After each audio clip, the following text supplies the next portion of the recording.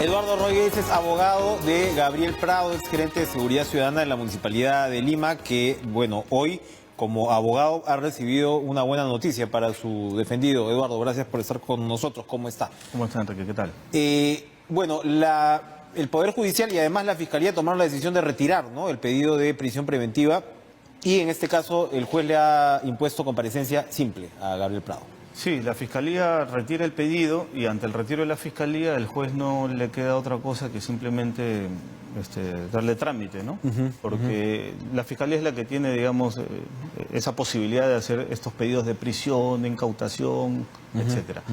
Entonces, lo que ha ocurrido es que yo entiendo que la Fiscalía ha podido darse cuenta, ¿no?, que el señor Gabriel Prado en realidad no tiene en realidad una responsabilidad. Claro, no se ha decidido la responsabilidad del señor Prado hoy día, pero sí se ha decidido que él no tiene por qué ir a una prisión preventiva, ¿no? O sea, las evidencias, los indicios Sí. no apuntan a... No, y a sobre todo, ¿por qué? Porque él ha venido colaborando con esta investigación desde un primer momento. Incluso desde antes que lo citen, él se apersonó a la Fiscalía. A él le notifican el 12 de octubre del 2017 y él el 2 de octubre, 10 días antes, con la noticia periodística, va a donde el pero, fiscal. a ver, para que entiendan los televidentes en cristiano, ¿es tan bárbaro como se ha planteado el caso? No me refiero al pedido del fiscal, que bueno, el fiscal irá viendo cómo irá trazando su estrategia, pero es tan bárbara la historia en el sentido que el señor Prado entrega unos papeles para que le ayuden a conseguir un trabajo, una plaza de trabajo, y termina con una cuenta en la banca privada de Andorra sin que lo sepa. ¿Así es? Así es. ¿De ese tamaño ese tema? Así ¿Eso es lo que hizo el señor Castro? Él firma un contrato de trabajo en el Hotel Novotel con una persona de nacionalidad uruguaya que se llama Norberto Sanguinetti. Bueno, que es pariente del expresidente de Uruguay, exacto. Y era el hombre de la banca privada y en el caso es el caso de Odebrecht, ¿no? Exacto. O sea, el hombre de Odebrecht en Uruguay, que muchas cuentas pasaban por esa intermediación. O sea, no era cualquiera. El trabajo de Norberto Sanguinetti era venir a los distintos países a hacer firmar estos contratos a las personas. Muy bien. Y dentro de esos papeles había también unos formularios. El señor Gabriel Prado en realidad no recordaba bien, porque esto ha sido desde el año 2013. Él lo que recuerda es haber firmado una serie de documentos para conseguir un trabajo. Él... No quedaba claro qué plaza era como una suerte de exploración. No, en realidad él estudió antropología, ¿no?, y se ha dedicado a siempre trabajos sociales, ¿no? Muy bien. Él solicita a Susana Villarán y al señor José Miguel Castro, cuando él sale de la municipalidad, que lo ayuden a reengancharse laboralmente. José Miguel Castro le dice, muy bien, vas a tener una entrevista en el Hotel Novotel. Fueron al Hotel Novotel. ¿Todavía era alcaldesa Susana Villarán? Sí, por supuesto. Claro. En el año 2013 ha sido esto.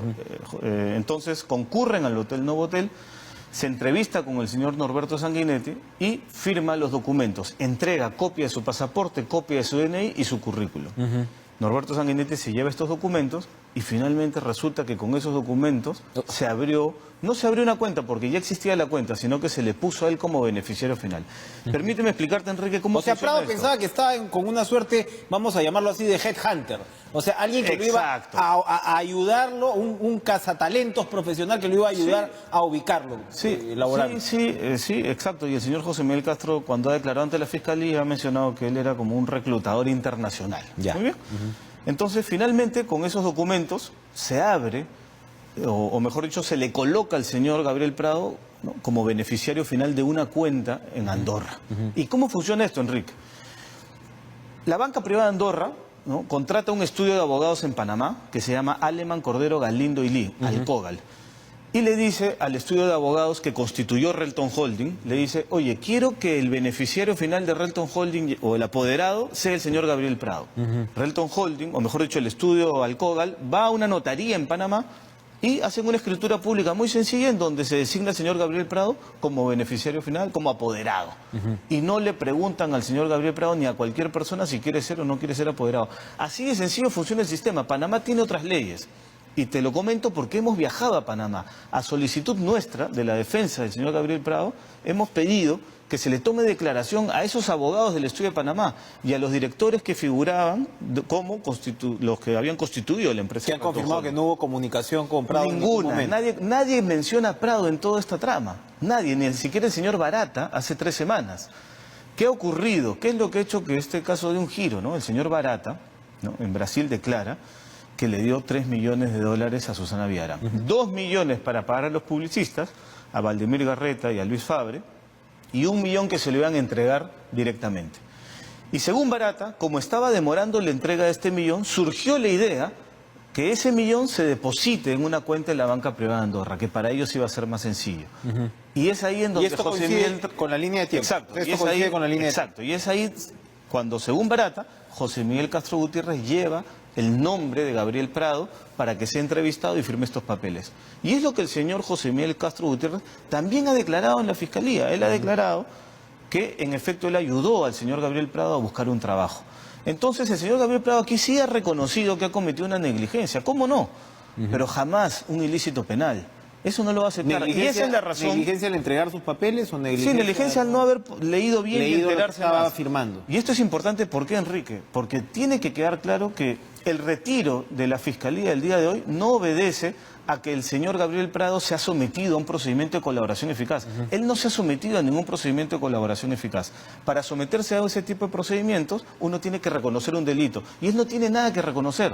Él ha defendido su inocencia desde el primer momento y lo va a continuar haciendo. Y también va a colaborar con la investigación de la Estos Fiscalía. audios que Prado dio a conocer de conversaciones del 2017, donde él graba a estas dos personas, ahí lo que él hace es reclamarles precisamente por esta situación. ¿Él estaba al tanto en algún momento de los aportes de Odebrecht y de OAS? Para nada. Porque allí ella habla de que hay gente que está diciendo en Brasil Sí. que nosotros hemos recibido, y yo me quiero morir, dice ella, yo me devano. Una cosa Exacto, así. exacto. Pero ¿Qué sentido tiene ese audio, Enrique, se graba una vez que salta la noticia aquí en el Perú y se abren las investigaciones en Perú. Cuando el señor Gabriel Prado se da cuenta de que en las noticias se le mencionaba como beneficiario de una cuenta en Andorra, entonces él le solicita una reunión a Susana Villarán y a José Miguel Castro. Y graba porque era la única forma que él tenía de demostrar que es absolutamente ajeno a estos hechos. Y por eso es que les dice a ellos dos, ustedes sabían que esta cuenta iba a ser para hacer una chanchada. No se abre cuentas en Andorra si no es para lavar activos. Y los otros, si Gabriel Prado hubiera sabido algo, ¿qué le hubieran mencionado en ese momento? Oye, ¿tú sabías? No, no le dicen. No le dicen. Él les increpa. En un momento Castro sí le dice, bueno, pero tú no leíste lo que te estaban dando, como sí, diciendo, sí. caíste redondito o algo así. Sí, ¿no? pero, O sea, pero no le dice en ningún momento, tú sabías que esto era para abrir una cuenta y para recibir dinero, ¿no? Lo que el señor Gabriel Prado firmó, ¿no?, era un contrato de trabajo y si le iban a pagar en una cuenta era por su sueldo, no para recibir 1 millón, ni cantidades parecidas. ¿Y qué pasaba si la plata entraba ahí? Tenían Bueno, que, ahí lo iban a complicar más porque tenían que pedirle permiso para retirar esa plata. Mira, eso hubiera sido un problema mayor, ¿no? Gracias a Dios en esa cuenta jamás, Enrique, entró $1. Esa cuenta lo único que generó fueron cargos. Hubo cargos hasta 3.048 euros. Y es cierto que en un momento hay una transferencia de dinero de BPA Serveis, que es una empresa vinculada a la banca privada de Andorra, para netear esa cuenta y poder cerrarla administrativamente. Pero ese dinero ingresó incluso en una época posterior a la fecha en la que el señor Gabriel Prado dejó de ser en papeles el beneficiario final o apoderado de Relton Holding. O sea, no tiene nada que ver con él. Como dices tú, si hubiera entrado un dinero, estaríamos ante un problema mayor. Pero él está investigado hace 1 año y 8 meses porque figura como beneficiario final, de una cuenta en donde no entró ningún dólar. Ahora, los que sí están comprometidos aparentemente, aparte por supuesto de Villarán y de Castro, es, bueno, el señor Gómez Cornejo, al que se le acusa de haber recepcionado directamente efectivo, ¿no? Y están, bueno, 2 personas además que hicieron contratos ficticios, ¿no? Para poder, allí, bueno, ya está otro tipo de compromiso, evidentemente. Sí, evidentemente son imputaciones distintas, ¿no? ¿Qué pasa? Aquí han acumulado distintas carpetas. El señor Gabriel Prado estaba siendo investigado en una carpeta, él solo. Pero como la Fiscalía, entiendo yo, se dio cuenta que esa investigación de lavado de activos no tenía ningún futuro, porque si no hay activos, no puede haber lavado de activos, ¿no? Decidió incardinarlo en la investigación de asociación ilícita de Susana Villarán. Porque en realidad no hay ningún activo. Entonces, la participación, ¿no?, que ha sido involuntaria en este caso del señor Gabriel Prado, no merece ninguna sanción penal. Bien, ya en una parte, ¿por qué este caso no está inscrito en la ley de organización criminal? ¿Es por un tema de que la ley salió después? Me parece que es... Sí, no, pero no lo entiendo bien, no, porque ¿qué lo pasa? hemos conversado con algún especialista y me decía, bueno, aquí lo que pasa es que la ley sale justo en agosto, me parece, No, en 2013, es un tema... pero hay el caso de Ollantumala sí está inscrito allí, entonces, No, ¿cómo es esta es un tema de nomenclatura. situación? ¿No? Es un tema de nomenclatura. El delito que estaba tipificado en el artículo 317, antes se llamaba asociación ilícita para delinquir y después pasó a llamarse organización criminal. Pero es Entonces, básicamente lo mismo. Sí, básicamente lo mismo. Si es que a ti te van a investigar por un hecho que se cometió cuando se llamaba asociación ilícita, entonces te tienen que imputar este delito, asociación ilícita. Es una cuestión de nomenclatura, básicamente. Cuestión distinta es la ley de criminalidad organizada. Eso es otro tema, ¿no? Con Prado, evidentemente usted la tiene más fácil de lo que lo hubiera tenido si hubiera continuado la defensa de Ollantumala y Nadine Heredia, como estamos viendo con la denuncia del expresidente. No le voy a pedir, digamos, que haga ninguna indiscreción profesional, pero evidentemente Humala y Heredia van a continuar en la línea de insistir en que esto fueron aportes de campaña. Claro, ellos ni siquiera han reconocido que hubiera aportes de campaña. ¿Cómo se va perfilando ese caso? Bueno, yo creo que este es un problema de todos los políticos, ¿no? Porque yo considero que en realidad es bastante discutible que se haya cometido un delito de lavado de activos en aquellas personas que sin ser funcionarios públicos recibieron aportes para una campaña. ¿Por qué? ¿Por qué? Porque aquí la Fiscalía tiene una valla bastante alta. La Fiscalía va a tener que probar en primer lugar que el dinero provenía de una fuente ilícita.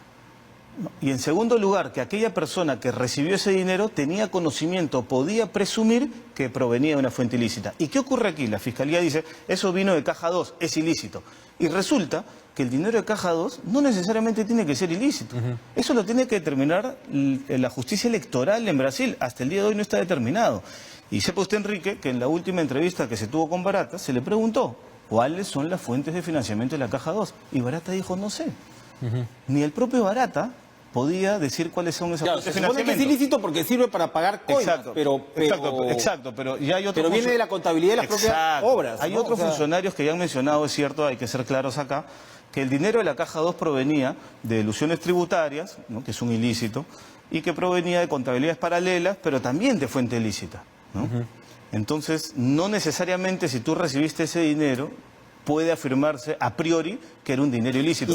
¿Y si se comprueba que si tú recibiste ese dinero y parte de ese dinero lo invertiste para tus usos personales, como los Humala, ¿eso sí es un agravante? No, es que eso no es un lavado de activos, porque para que haya un lavado de activos, el dinero tiene que provenir de una fuente ilícita. Si tú recibiste un dinero que no provenía de una fuente ilícita, ¿no?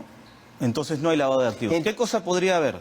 Si tú recibes un dinero, imaginemos, aporte de campaña o cualquier otra cosa, ¿no? Para un partido político o X, y lo utilizas para otra cosa, eso no es un lavado de activos. Ahí podría haber o un fraude en administración de personas jurídicas, una falsedad, una apropiación ilícita. Habría que estudiar cuál podría ser, pero no un lavado de activos. Pero ahora resulta, Enrique, que todo es lavado de activos.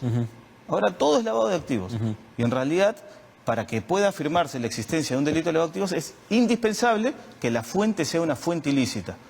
Y en este caso... Y tradicionalmente el lavado de activos pues ha sido narcotráfico, en fin, minería ilegal, trata de personas, Sí, las fuentes clásicas, claro, del lavado de... Claro, ahora, este es un problema de todos aquellos que han recibido el dinero. A mí me parece una tontería, en primer lugar, negar, no, yo no he recibido. Lo que se debería decir, distintos partidos no quiero personalizar, pero aquella persona que ha recibido debería decir, sí señor, sí he recibido el aporte.